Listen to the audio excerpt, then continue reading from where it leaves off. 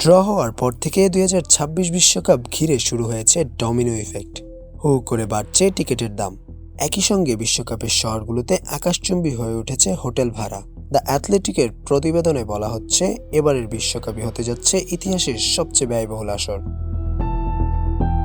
ব্যয় বৃদ্ধির মূল কারণ টিকিটের অস্বাভাবিক চাহিদা। লটারিতে টিকিট পেতে গত 11ই ডিসেম্বর থেকে 13ই জানুয়ারি পর্যন্ত জমা পড়েছে প্রায় 50 কোটি আবেদন।